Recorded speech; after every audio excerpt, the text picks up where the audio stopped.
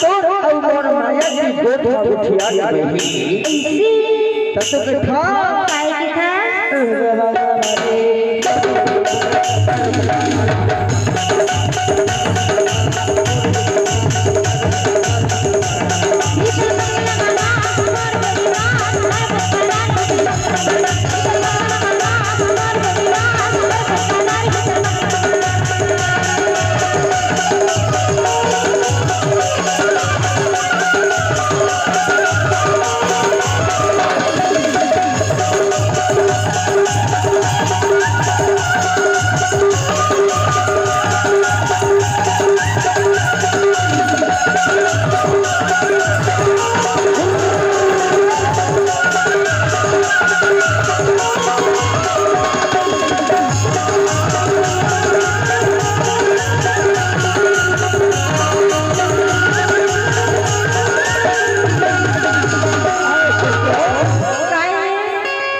दीदी को ठिकाना नहीं हो। सही बात है। सही बात है ना। हाँ खबर बताना ये सासू का कजरा पता नहीं कब टूट जाएगा। अच्छा ये सासू का कजरा पता नहीं कब टूट जाएगा। फिर से गुस्सा से टूट जाएगा। हाँ हाँ अभी भी इंतजार में मुलाकात कर लिया करो।